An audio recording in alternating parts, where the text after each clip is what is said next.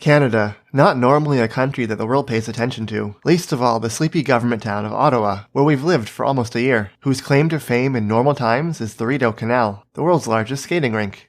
This was upended over the past few weeks as protests over COVID measures took over the downtown of the city, centered around a primary site on Wellington Street in front of Parliament, but also extending into shopping, office, and residential districts. Ottawa is no stranger to protests, being the capital, but this one was uniquely disruptive because of how long it lasted and because of how vehicles were used. You don't come to this channel to hear us talk about news or politics though, so as this surreal experience comes to a close, we want to talk about some observations on the event from an urbanist perspective. Our first observation is that vehicles were the key to making this protest as disruptive as it was. If this was a few hundred or a few thousand people marching for their cause, it would have been a completely different event. They might have come for a weekend, shut down traffic along a protest route, and made themselves heard, not unlike the countless protests we saw in Montreal, but that would probably have been it. Instead, having vehicles, most visibly big rigs and motorhomes, but also pickup trucks and cars, allowed them to block off streets, dig in, and build semi-permanent structures. These camps lasted 3 weeks until police moved in and dismantled everything. Another key to the disruption was sound. Honk honk basically became the motto of the protest, emblazoned on pillows and shirts. When we went to the protest area to get footage, the sound was almost unbearable at times.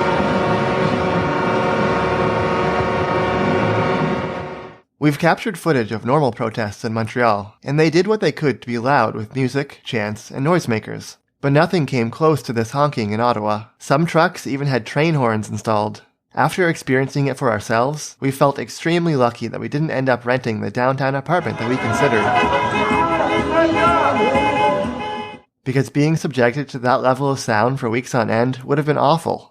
Vehicles didn't just amplify protesters' abilities to be disruptive, they also caused big challenges for law enforcement. Police set up barriers to stop new vehicles from coming in, and they were able to open lanes for emergency vehicles on certain streets. But one reason it took them so long to actually clear out the protests was finding the right equipment and working out the logistics of towing the big vehicles, which is harder than just dispersing a crowd. There was also a court injunction against honking, but police didn't seem able to enforce it. The lesson here is that motor vehicles just allow people to dominate public space in a way that we as a society don't really know how to deal with. The problems with vehicles disrupting public space are not unique to these protests, though. This actually surrounds us all the time. The problem is just less concentrated in regular life. Pedestrians and cyclists are regularly injured or killed by drivers who receive minor punishments, often a few $100 fine. On the sound side, it's weirdly common and normalized for people to intentionally make their vehicles loud, just to stand out and annoy other people. This can be a major quality of life issue, especially for people who live near higher traffic roads. France actually started taking this seriously recently by implementing noise radar that automatically tickets cars and motorbikes that are too loud. The second observation we have from this protest is that substantial portions of downtown Ottawa should probably be pedestrianized and made, if not fully car-free, at least car-light, with fewer lanes and more traffic calming measures. This could avoid vehicle-based protests taking over the area in the future, while also providing a safer environment for protesters themselves, whatever their cause, because it's actually surprisingly common for vehicles to ram into protest crowds, whether intentionally or because a driver got scared.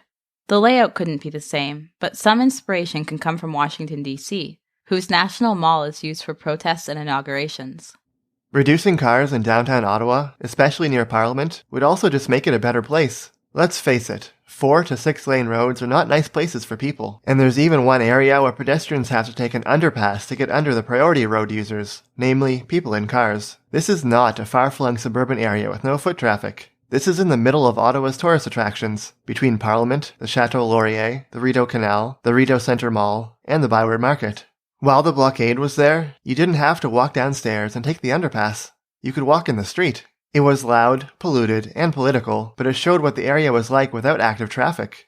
There's lots of potential to treat the streets of downtown Ottawa as more of a gathering space than just a thoroughfare, where people can better enjoy the architecture and views and walk freely. Not necessarily hot tubs and DJs like the protesters set up, but at least considering the public space as usable for families and different types of people. We think back to living close to the pedestrianized Mont-Royal Avenue in Montreal, which had plants, public art, benches, restaurant seating, and above all, energy and vibrancy. It was a place you wanted to be. Putting people in situations where they have to interact with each other helps with loneliness and isolation, and helps people feel more connected and involved in their community. especially during a pandemic where other methods of social engagement, especially indoors, have been discouraged. If you make a public space that's interesting, accessible, and just practical for everyday activities, people of differing ages and abilities will gladly use it.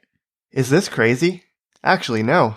The National Capital Commission has already endorsed a plan to run a tramway from Gatineau, Ottawa's sister city across the river in Quebec. It would go down Wellington Street in front of Parliament and reduce or even eliminate car traffic on the street. It's not settled yet, but support will probably grow after recent events. We also heard just before recording this video that the mayor of Ottawa is open to considering this tramway route, or using Wellington as a pedestrian and cycling street. To the east, Rideau Street had its car lanes reduced a few years ago, adding bike lanes and expanding sidewalks. The whole area is already closed to cars every year for July 1st, Canada Day.